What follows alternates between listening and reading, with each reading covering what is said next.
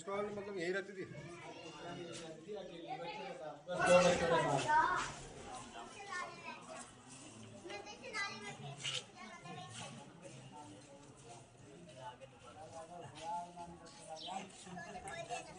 मैं दो एक मकान के पीछे रहता हूँ यहीं पे। जिस टाइम मुझे पता लगा उस टाइम पे मेरी हालत ऐसी होगी कि और मैं जब से बीमार हूँ और मेरे जहन से मेरे आंखों सामने से मंजर ही नहीं हट रहा है।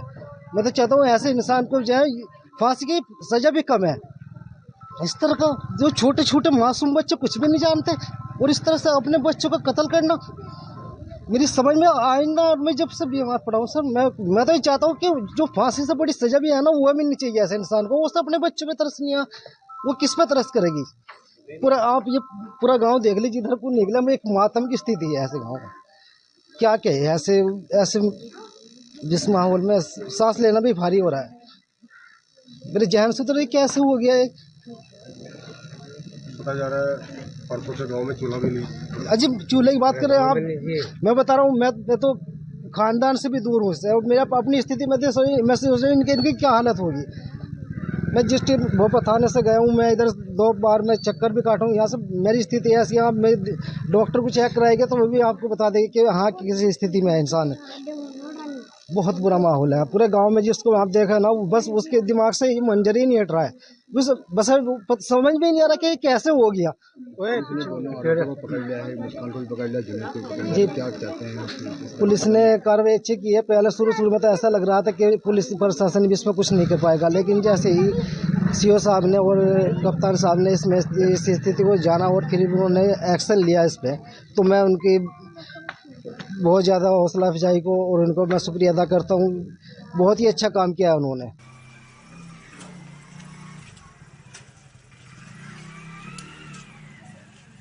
कल पुलिस को सूचना मिली थी, भोपाल पुलिस को सूचना मिली थी। इसमें सभी हमारे सीओ, एसपी, और सच्चो मौके पर पहुंचे।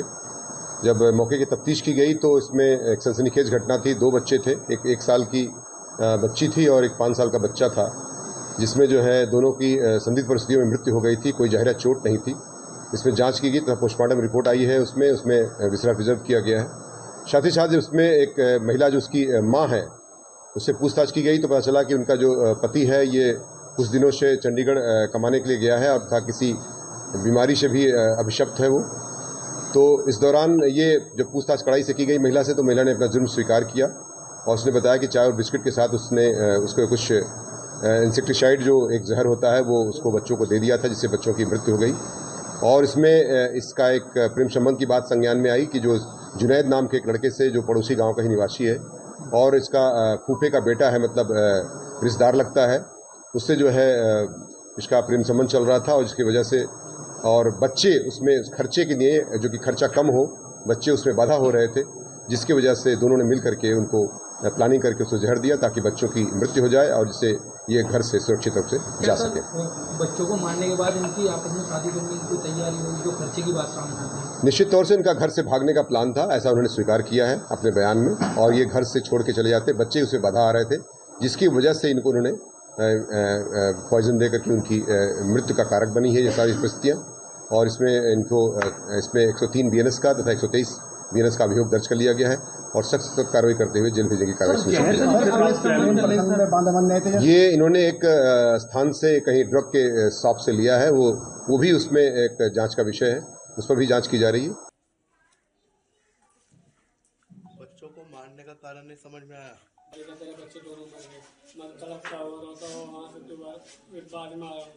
मेरी तो प्रशासन से भी और मुख्यमंत्री से भी बस यही अपील है कि मुझे इंसाफ मिले, मेरे बच्चों को इंसाफ मिले और ऐसी हर औरत को फांसी और उम्र कैद मिलनी चाहिए जो अपने बच्चों को, अपने पतियों को मार रही है। बस मेरी तो यही हाथ जोड़ के गुजारिश है, प्रशासन से भी यही गुजारिश है और मुख्यमंत्री जी से भी यही गुजारिश है कि मेरे बच्चों को इंसाफ मिले। मैं इंसाफ चाहता हूँ सर।